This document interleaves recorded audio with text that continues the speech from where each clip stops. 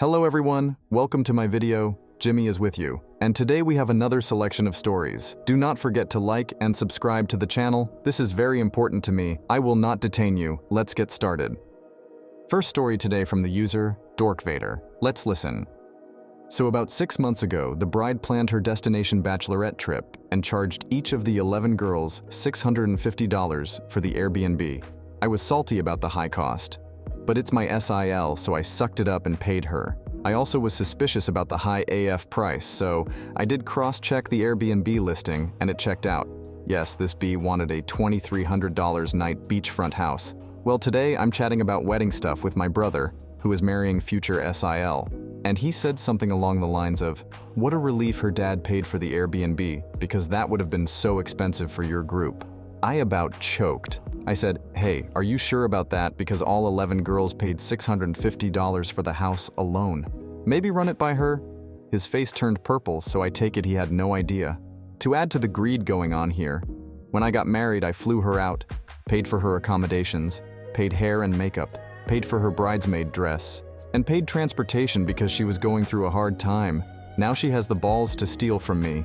I get that weddings are expensive, but don't have one if it requires stealing from your BMs. I'm assuming I'm the only BM who is aware of what's going on here. Not sure if I should spill to the group or just let it go. There's a chance her dad stepped in and paid for it after the fact, and she just chose not to refund us.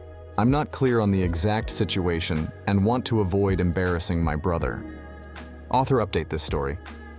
Thanks for all the advice and support. Yes, I agree with most of you who are saying I'm morally obligated to spill the beans because $650 is not child's play.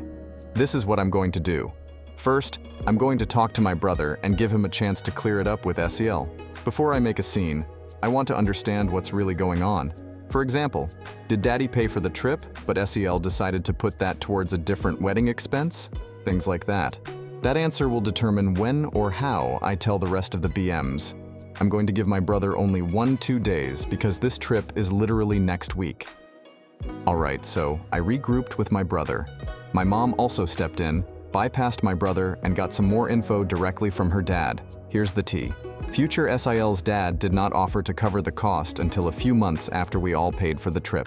This was after he found out the cost and was pissed that she chose a $2,300 night house and asked us to pay. Apparently, he threatened not to pay for the wedding if she added more expenses onto the wedding party. Turns out she originally wanted it at the Maldives and he forbid her. According to my mom, who chatted with him directly, he felt embarrassed when he heard about the Airbnb price and wanted to save face with my side of the family. So he gave SIL about $7,000 to cover the cost of the house. She was supposed to refund us, but obviously that never happened. This is where it gets good. So my mom went total FBI and learned that in addition to not paying us, SIL didn't put the money towards a different wedding expense either. She doesn't have it. So where did it go? What did she spend it on? There is currently a full-blown investigation going down between our two families. I have been asked by my mom not to alert the BMs just yet until we get the last bits of info and come to a resolution with both SIL and her dad. But we will tell them ASAP one way or another. The plot thickens. So as this drama is all unfolding, the maid of honor, who doesn't know what's going on yet, is continuing her duties. We all get a 4-paragraph text from her outlining the dress code for each night of the Bachelorette, per the bride's orders. Keep in mind the bride is asking us all to go out and buy new outfits for each night of the trip. And the themes are wild. Animal print Thursday, faux fur Friday, sparkle dress Saturday, and Barbie brunch Sunday. As if we're all going to go out and buy that dump 1 week before the trip, or at all. Thankfully, the BMs seem to be waking up to the BS. Several of them wrote back saying they won't be able to pull together those outfits in time, and one flat out said, it's just not going to happen. But that's just a side story to the absolute dump show that is unfolding. My mom is very involved now as she's paid a decent chunk of this wedding as well, and does not like that the bride is throwing around thousands of dollars from her dad, as well as lying to the bridal party. She set up a meeting directly with SIL to cut the BS and explain what's going on. She told SIL she's going to inform the BMs herself unless she gets a valid answer. At this point, I'm just shoveling down popcorn, waiting for the events to unfold. She used the $7,000 to book a swan-shaped ice sculpture to be displayed at the reception and didn't tell anyone. Turns out her dad banned her from adding any more extras to the wedding design because it was already so expensive and unnecessary. When he Venmo'd her for the Airbnb, she thought she was being sneaky and kept it instead. She didn't even tell my brother this. He only found out that her dad decided to cover the Airbnb because those two went out for cigars one night and it came up. So that mystery is solved, thanks to my mini FBI crew. But now, the real questions remain. Where TF is my $650 and how to break the news to the BMs? Out of the kindness of her soul, my mom is giving SL 24 hours to confess to the bridesmaids and figure out how to pay us back our money. Because you know what? I did not spend $650 on some damn ice. I have kids to feed. I have bills to pay. It is taking everything in me not to text the BM group right now, but my mom is trying to give Esiel one opportunity to do the right thing. First, let's start with the bride's explanation to her family. Myself, my mom, my brother, her fiancé, and her dad. She broke down crying, saying that wedding planning has been getting to her head, and she has been crushed under the pressure to have the perfect wedding, which she felt couldn't go on without this alleged ice swan. I didn't buy her sob story. After this whole incident, I think she is a delusional, controlling, attention-starving bridezilla who is using the wedding as a way to compete with other girls on Instagram. Between her job is influencer, if I didn't mention that yet. My brother took the bait.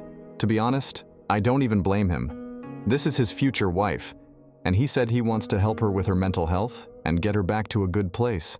He is disturbed by the situation, but will continue to support her. The wedding is on, for those who were curious. Next, let's get into the matter of the missing $7,000 and whether we're getting our money back. The sad, gut-wrenching answer? Probably not. Her dad said he has already paid the Airbnb cost once, and he will not do it again. He said his daughter is 31 and needs to get herself out of her own mess and figure out how to make it right. She chimed in that the $7,000 is gone and asked how she would possibly pay us back. My brother refused to pay for her screw-up. While I love that everyone is finally forcing this bee to be an adult, I would like my money back more. Unfortunately, we're not going to get it unless she magically wins the lottery or gets a real job. For those that asked, there is nothing we can do legally.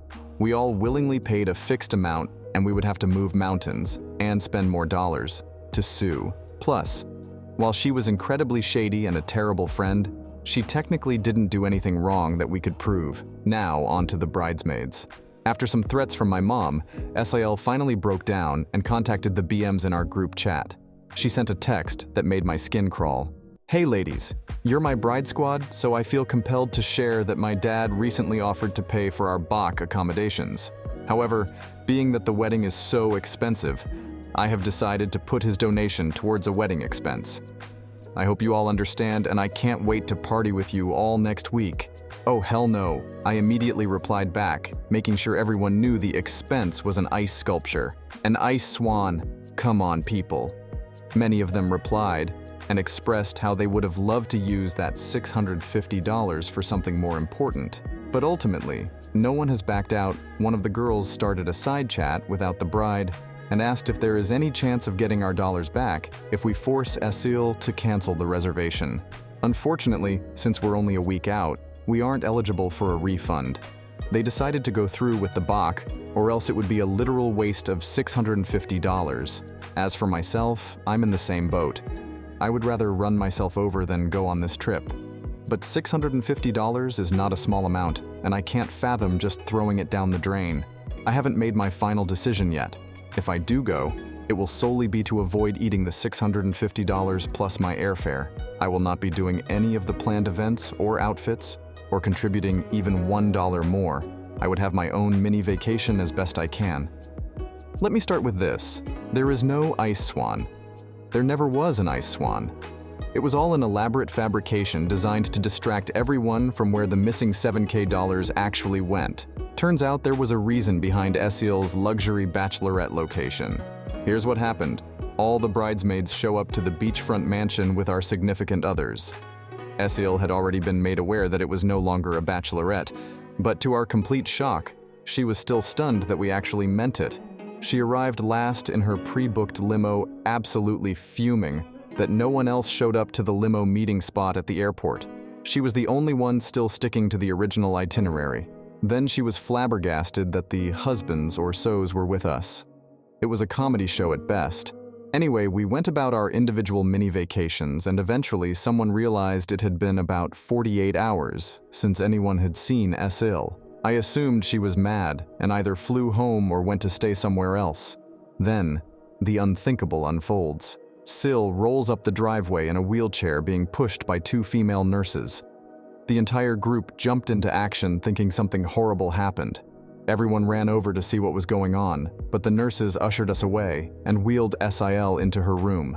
At this point, I'm actually very concerned. We're all banging on her door asking if she's okay. The nurses eventually leave and say they legally can't reveal the nature of her health issue, but assure us she's fine. I call my brother and mom, but get no answer. So I finally decide to call her mom, aka the mother of the bride, who was furious that we took over the bachelorette party. MOB reveals what actually took place. She isn't sick, she didn't have a health issue, there was no accident, she got her bra done. Yes, folks, you read that correctly. She had planned, as part of the original itinerary, to disappear for an afternoon and return with a set of new melons. I'm sorry, what? The location of the beachfront mansion is conveniently 5 mins away from a very famous cosmetic surgeon's office. The reason she needed this giant-ass property was not really to host 11 girls. It was to host 11 girls, plus the surgery recovery nurses and personal chef she had reserved for after the operation. There is so much more that we need to unpack. I honestly don't know where to begin. What was her mother's knowledge or involvement in all this? What was the cost of the procedure? Guessing around $7,000. And why was it meant to be part of the Bach? What was the purpose of the ice swan lie? Will the bridesmaids, myself included, pursue legal action? Where does this leave my brother? Is this lady okay mentally? Was this a horribly misplaced cry for attention?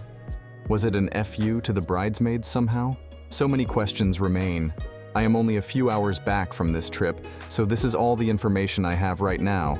I was intending for this to be my final update, and I just want to say, thank you all for your support, advice, bags of popcorn, and funny input. This has been a wild ride, and I'm glad I could share it with you.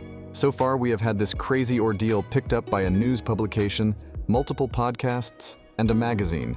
I literally want to write a book about this experience. Let's start with the surgeon. And boy, is he a popular subject in my comments. Quick, thank you to everyone for being so respectful of my request that you avoid speculating names. Glad to see you've moved it to your DMs, I'm here for that. Anyway, back to the surgeon. So to be fair, there isn't a lot I know about him in general, but I can tell you that yes, the wife did file for divorce, as she should. And sadly, that's pretty much the limit on what I can reveal about those two at this time. I will add that most divorce records are public, though the surgeon strikes me as the kind of guy to get it sealed. But hypothetically, if someone wanted to look up a public divorce record, they could. Moving on to Sil Sai. I'm debating whether to continue giving her any more attention, even if anonymously. Before I give this update, I do want to say again for the record that I have my brother's full support in sharing this information. Sil decided to move out of state shortly after my brother called off the wedding. And maybe you saw this coming, but she relocated to be close to the surgeon. Yep, so sad. But yes, given his official divorce, those two are seemingly staying together. This disgusts me, and I have so much more to say. But for now, I'm moving on. I'm going to end on a positive note. I am thrilled to report that my brother is doing absolutely fantastic given the circumstances. He has moved into a new place for a fresh start. Even though he was not living with Sil, he wanted a new perspective and to be out of that place filled with bad memories. Good for him. He also told us the other day that he's taken the first steps to opening his own restaurant in town, something he has always wanted to do. And for those who watched this in episode format on my IG TikTok, no, Eugene will absolutely not be signing my brother up for Tinder. To my readers here, I will be back to regularly update this thread with any new info from now on. Giving you the text-only tea is more important than my beef with Reddit. See you soon. And Eugene says hi. What I think about this story.